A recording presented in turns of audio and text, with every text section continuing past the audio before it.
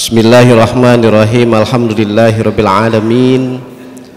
Wa afdhalus sholati wa atammu taslimi ala sayyidina wa maulana Muhammadin khatamil anbiya'i wal mursalin wa ala alihi wa sahbihi ajma'in.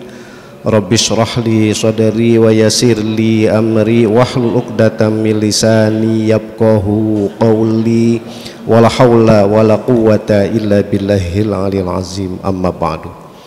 Hadirin wal hadirat, bapak-bapak, saudara-saudara, ibu sekalian, jamaah dan keluarga besar STIK PTK yang berbahagia.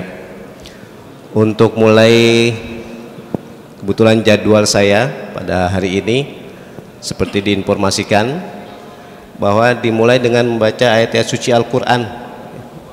Dia yang membaca kitab suci kita umat Islam ini penuh dengan keberkahan, ya, penuh dengan nilai-nilai kebaikan. Oleh karena itu mudah-mudahan kajian kita selanjutnya yang berkaitan dengan ayat-ayat suci Al-Quran semuanya kita mendapatkan keberkahan dari Allah Subhanahu wa Ta'ala. Amin ya Rabbal Alamin. Baik, untuk mengaplikasikannya, mengamalkannya, membaca ayat-ayat suci Al-Quran, ini tadi metodenya sudah dikasih tahu kepada saya. Nanti dari saudara-saudara ini yang ada di depan, mungkin bahasa tadi saya acak, nanti saya suruh baca 2-3 ayat atau dikondisiin aja lah, 2 atau 3 orang. Untuk selanjutnya nanti saya tunjuk aja atau melalui antum, ya, yang di belakang ini siapa aja. Nggak tahu yang putri bagaimana, ada biasanya? Iya gitu. Baik, kita mulai. Untuk kajian kali ini kita akan baca ayat-ayat suci Al-Quran, yaitu dalam surat Al-Baqarah ayat yang ke-191, ya. Sekali lagi surat Al-Baqarah ayat yang ke-91. Ini meneruskan, ya, dari kajian-kajian sebelumnya dari para guru kita, ustadz kita. Untuk yang pertama, untuk membaca ayat 191, ini yang paling depan ini. Kalau saudara Disa Jawir, ya, saya persilakan. A'udzu billahi minasy syaithanir rajim. Bismillahirrahmanirrahim. Waqtuluhum haitsu sikiftumhum wa akhrijtumuhum. Waqtuluhum haitsu sikiftuhum. Afwan, maaf. Saqibtumuhum. Haitsu sakif. Ya, haitsu saqibtumuhum. Haitsu saqiftumuhum wa akhrijuhum min haitsu akhrajaukum wal kitnatu asaddu minal qatl wala tuqatiluhum indal masjidil harami hatta yuqatilukum fid wa in qatalukum faqtuluhum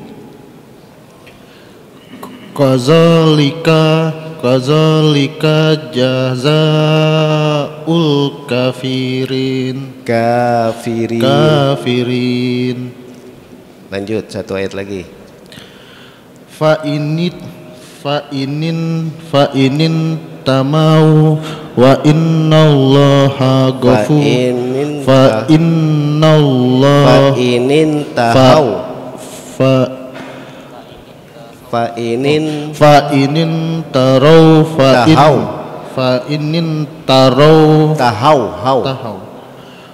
inin tahau fa innallaha ghafurur rahim. Cukup.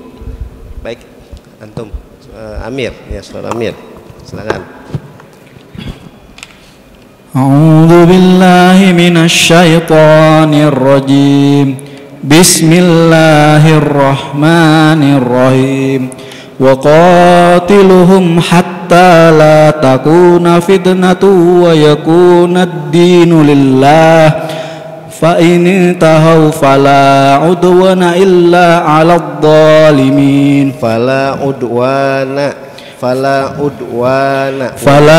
عدوان إلا على الظالمين الشهر الحرام بالشهر الحرام والحرمات قصاص فمن اعتدى عليكم فاعتدوا عليه بمثل ما اعتدى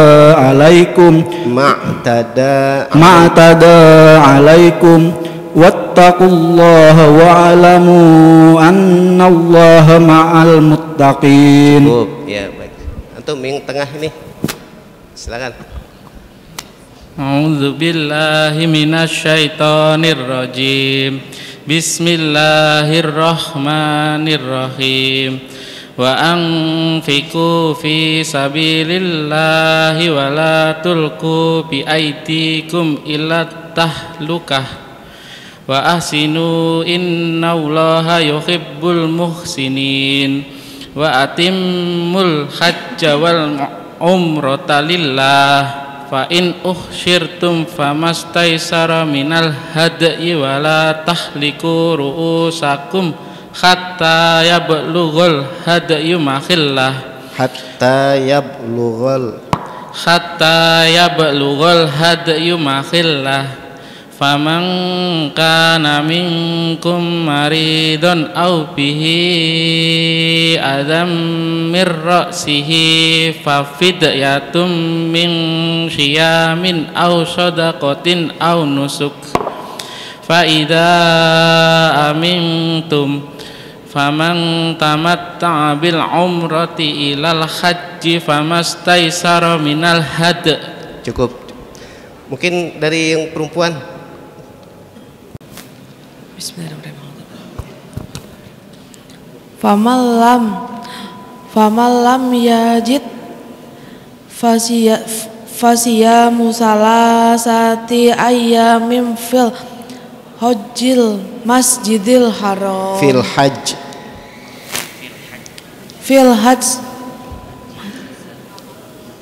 Bukan fil hajjil ya.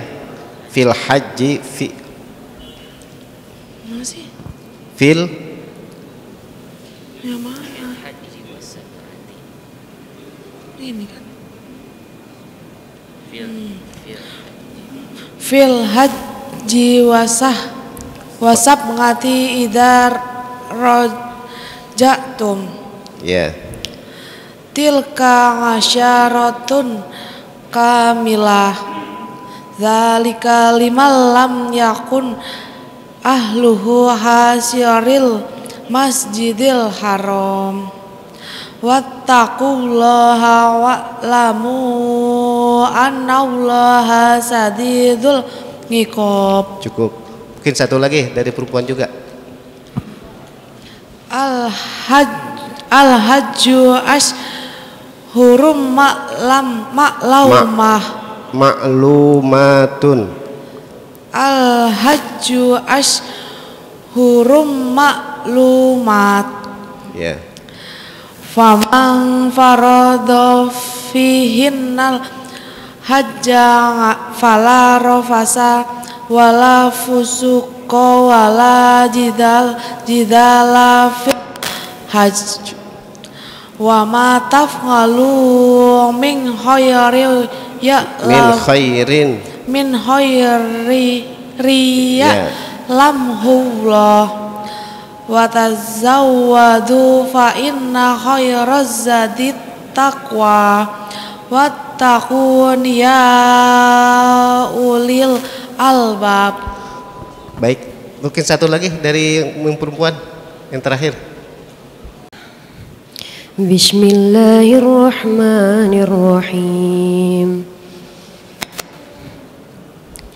Laisa 'alaikum junahun an tabtaghu fadlan min rabbikum فإذا أفضتم من عرفات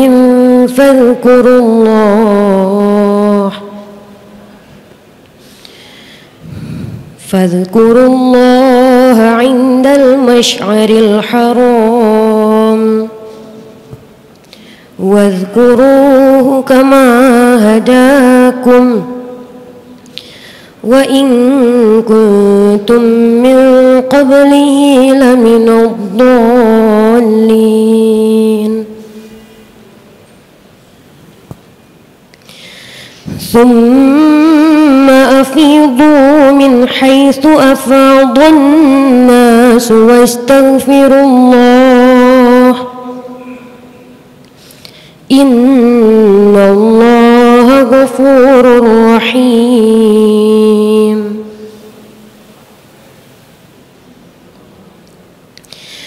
فإذا قضيتم مناسككم فاذكروا الله كذكركم آباءكم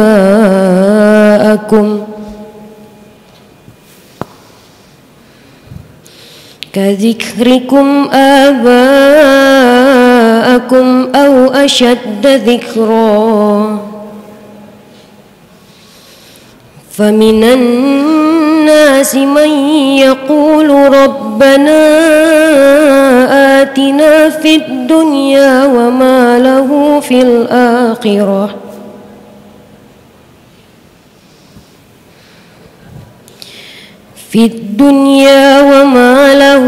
في الآخرة من خلق. Baik, cukup ya. Shadaqallahul azim. Baik, yang perempuan cukup 2. Sekarang yang terakhir dari yang laki ini. Saya minta yang paling ujung sebelah kanan. Bismillahirrahmanirrahim. Wa minhum may yaqulu rabbana atina fid dunya hasanah wa fil akhirati hasanah wa qina azabannar.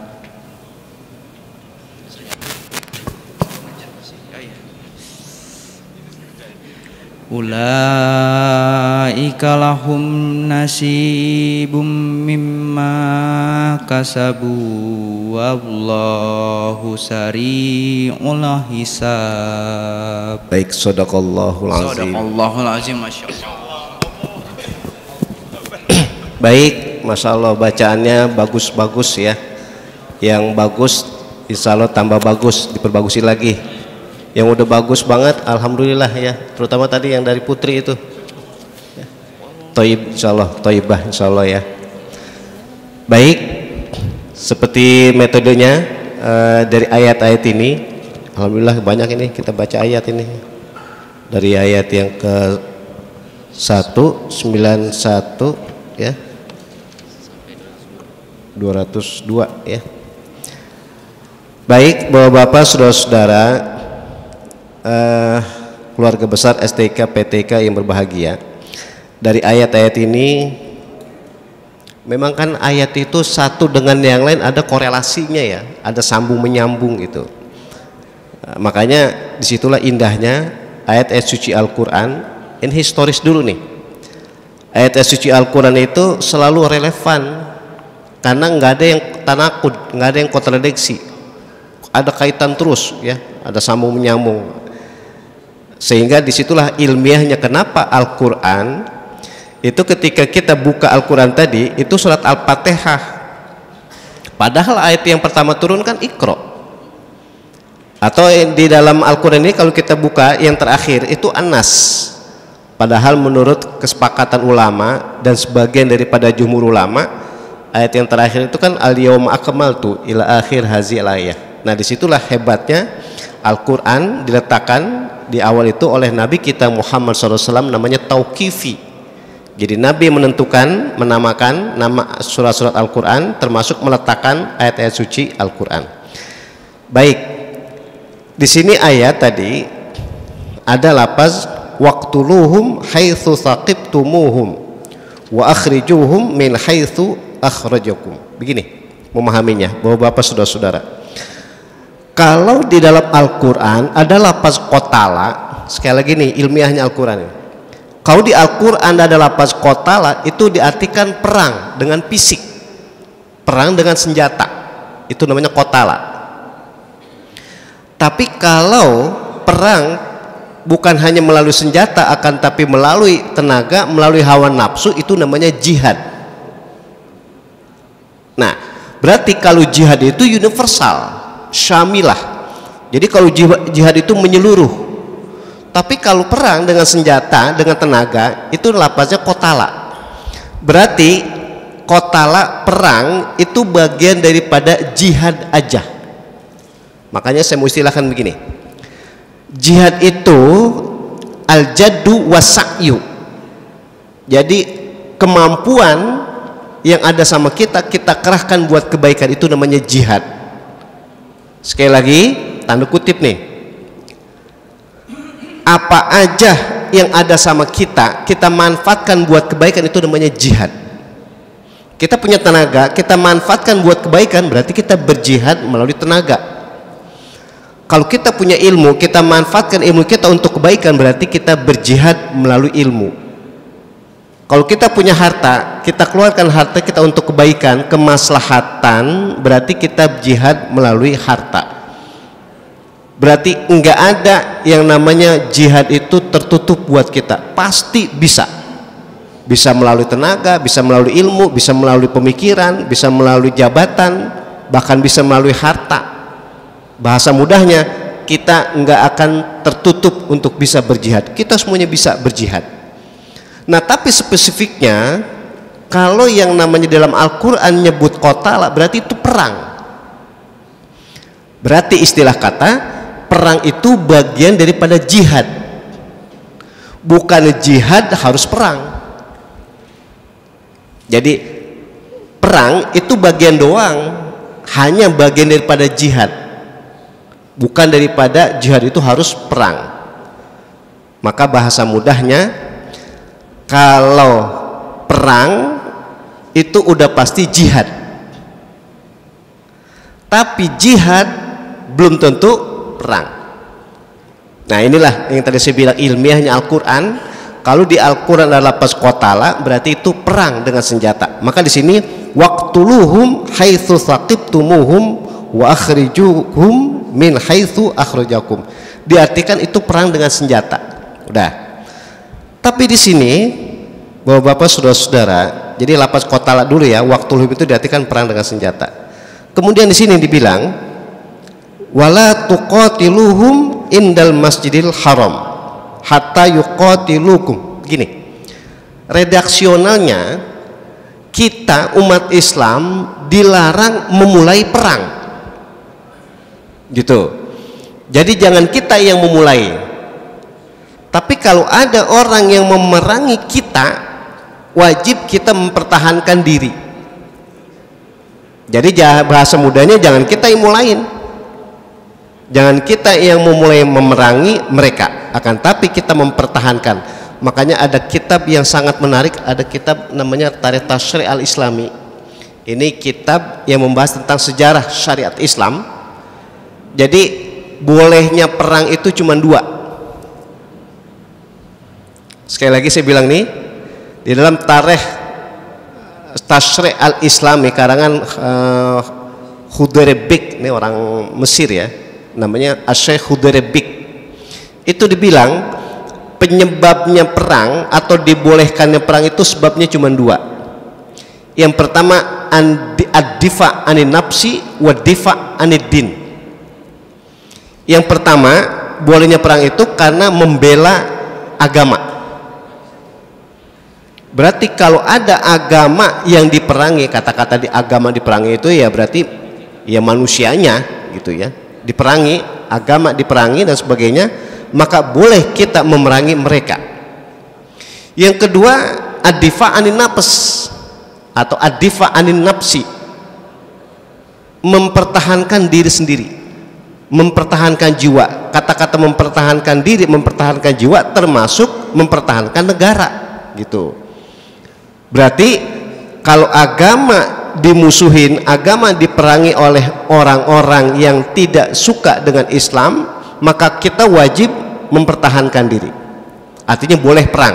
Itulah salah satu contoh kenapa dalam sejarah ada perang namanya perang Uhud dan sebagainya, perang yang pada zaman Nabi kita Muhammad SAW dibenarkan karena Islam dilecehkan.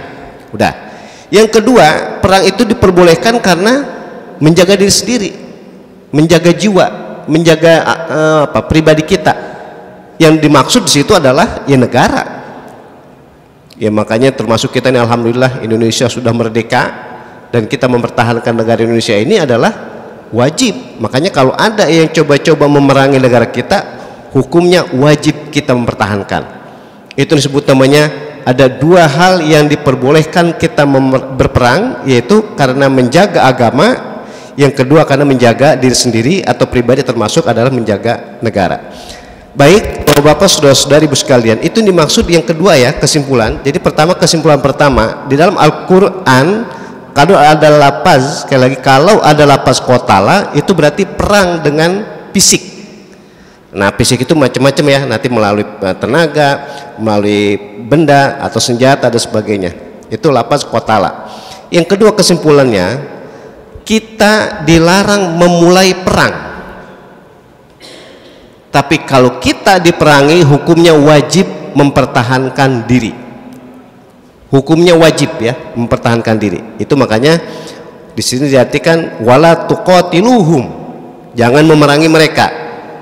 Tapi kalau mereka yang memerangi duluan, ya wajib kita hukumnya memerangi mereka. Faqtuluhum. Makanya ini ayat lafaznya faktuluhum, maka perangilah mereka, gitu ya.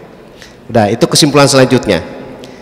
Selanjutnya, sekali lagi dan selanjutnya, Bapak-bapak, saudara-saudara, ini ada di dalam Al-Qur'an ada lafaz fi sabilillah. Kalau dilihat dari ayatnya di sini, itu ayat yang ke 195 ya, yang tadi kita pada baca ini. Jadi surat Al-Baqarah ayat 195 yang awal ayatnya wa anfiqu fi sabilillah ya, wala tulqu biaidikum ila tahlukah. Begini memahaminya, Bapak-bapak, saudara-saudara, di dalam Al-Qur'an, sekali lagi bahasa saya ini, di dalam Al-Qur'an itu ketika berjihad itu kan bisa dengan apa aja. Yang tadi dari awal saya bilang, yang namanya jihad itu bisa melalui apa saja, termasuk dengan harta. Makanya di sini wa anfiqu diartikan berinfaklah kalian. Berarti diartikan berjihadlah kalian melalui harta. Berarti jihad itu tidak melalui harus dengan perang ya, termasuk harta itu jihad. Nah, wa anfiqu diartikan berjihadlah kalian melalui harta, gitu maksudnya. Fi sabilillahi, di jalan Allah. Bapak-bapak, saudara-saudara, sekali lagi ini keilmiahan di dalam Al-Qur'an. Kalau ada lafaz jihad, pasti ada lafaz fisabilillah. Ya, ini sekali lagi ya. Kalau ada lafaz jihad di Al-Qur'an, pasti ada lafaz fisabilillahnya. Kenapa? Sebab yang namanya jihad itu kan mengerahkan apa yang ada sama kita. Sekali lagi, jihad itu apa aja yang ada sama kita, kita kerahkan. Tapi kalau enggak ada fisabilillahnya, khawatir apa saja yang ada sama kita, kita kerahkan buat kemaksiatan, gitu maksudnya. Dimanfaatkan, dikerahkan untuk keburukan, dimanfaatkan, dipakai untuk perbuatan jahat dan sebagainya. Kan orang bisa berbuat jahat dengan ilmu, orang bisa berbuat jahat dengan harta, orang bisa berbuat jahat dengan fisik. Maka untuk mengecualikan itu, kata-kata jihad, berarti yang namanya jihad itu mengerahkan yang ada sama kita, tapi untuk kebaikan aja. Nah, untuk kebaikan aja inilah di dalam Al-Quran ada lafaz fisabilillah. Makanya yang dimaksud adalah apa saja yang ada sama kita, kita kerahkan buat kebaikan, itulah namanya al-jihadu fisabilillah. Ada lafaz sabilillahnya ya. Kalau enggak ada lafaz sabilillahnya, tadi ilmiahnya kan begitu. Kalau jihad tapi enggak ada fisabilillahnya, ada kekhawatiran dan sangat-sangat potensi dipakai buat maksiat. Makanya realitanya kan, kenyataannya orang berbuat jahat melalui harta, orang berbuat jahat melalui fisik, bahkan orang berbuat jahat melalui ilmu, dengan pemikiran, bahkan dengan jabatan. Disitulah untuk mengistisnaiyatkan, untuk memberikan pengecualian. Berarti yang namanya jihad itu harus untuk kebaikan. Makanya di Al-Quran disebut fisabilillah. Ada kekhawatiran kalau nggak ada fisabilillahnya, berarti apa saja yang ada sama kita, nauzubillah, dipakai buat kemaksiatan. Inilah salah satu ilmiahnya. Sekali lagi bapak-bapak, saudara-saudari, ibu sekalian, cara menafsirkan ayat suci Al-Quran. Dan ini secara pribadi saya menukil ungkapan-ungkapan para mufassirin, para ahli tafsir. Dan salah satu ahli tafsir justru dari ulama kita Indonesia, yaitu Asy-Syaikh Nawawi Al-Bantani. Saya secara kebetulan dan memang direncanakan tahun 80-an saya ngaji kitab Tafsir Munir. Ini karangan Asy-Syaikh Nawawi Al-Bantani di Jombang. Ini Syekh Nawawi Al-Bantani saya sering kemukakan ya, bapak-bapak, saudara-saudara. Kita sekali lagi ulama kita ada namanya Asy-Syaikh Nawawi Al-Bantani itu banyak pemikirannya, terutama dalam segi tafsir itu yang realitanya, kenyataannya itu pas ya untuk kita jelaskan karena saking simpelnya, mudahnya untuk kita pahami. Kembali ke tadi. Jadi menurut mufassirin, ahli tafsir di antaranya tadi Asy-Syaikh Nawawi Al-Bantani, bahwa disitulah hebatnya lafaz jihad di dalam Al-Quran pasti ada lafaz fisabilillahnya. Intinya jangan sampai kelebihan-kelebihan yang ada pada diri manusia dipakai buat maksiat, tujuannya begitu. Akan tapi dipakai buat kebaikan. Maka jihad yang benar, jihad yang proporsional adalah apa saja yang ada sama kita, kita kerahkan hanya untuk kebaikan. Jangan dibalik. Jihad itu apa saja yang ada sama manusia, bukan kita ini saya bilangnya, apa saja yang ada sama manusia justru dipakai buat kemaksiatan, dipakai buat kejahatan dan sebagainya. Salah satu hikmat, salah satu kesimpulan ayat suci Al-Quran yang tadi sudah dibaca. Dan sekali lagi mudah-mudahan ini sebagai motivasi ya buat yang lain, membaca Al-Quran itu pahalanya bukannya per juz, bukan per surat, bahkan bukan per ayat, akan tapi per huruf. Beda kalau kita baca bahasa Arab tapi bukan Al-Quran. Tapi kalau Al-Quran itu pahalanya per huruf. Tapi kalau bahasa Arab apapun termasuk kitab itu pahalanya tidak seperti kita membaca Al-Quran. Dan ternyata ada kitab Tanbihul Ghafilin karangan Imam Abu Laits As-Samarqandi. Orang baca Al-Quran, ini sekali lagi ini motivasi nih, termasuk tadi yang buat dari Putri nih. Orang baca Al-Quran itu yang baca satu huruf 10 pahala. Yang dengerin, sekali lagi, yang dengerin doang, orang baca Al-Quran satu huruf 1. Jadi yang baca satu huruf pahalanya berapa? 10. Yang dengerin satu huruf 1. Yang kagak dengerin ya kagak dapet. Berarti enggak ada yang enggak dapat pahala pada pagi hari ini. Amin ya robbal alamin. Baik bapak-bapak, saudara-saudari, ibu sekalian, ini salah satu kesimpulan dari berbagai atau dari beberapa ayat yang kita baca. Kalau kita mau jelaskan per ayat ini banyak sekali ya kesimpulan, tapi ini seperti itu. Secara spesifik aja ini bicara masalah jihad ya. Nah, di dalam Al-Quran disebutnya adalah lafaz qatala, yaitu artinya perang melalui fisik ya, itu qatala. Tapi kalau jihad itu mengerahkan apa saja yang ada sama kita tapi buat kebaikan, maka ada lafaz fisabilillahnya. Itu maksud dari ayat-ayat suci Al-Quran yang baru-baru ya pada dibaca tadi. Mungkin ini saja, atau mungkin sementara ada yang ingin bertanya secara umum. Ada pertanyaan? Belum ada pertanyaan. Ya udah, mungkin sebentar kita tutup aja ini ya. Insya Allah ada hikmat dan manfaatnya, dan tanda bersamaan tadi ada berkahnya. Pagi-pagi kita sudah bersama-sama membaca ayat-ayat suci Al-Quran. Bitilka niyat Al-Fatihah.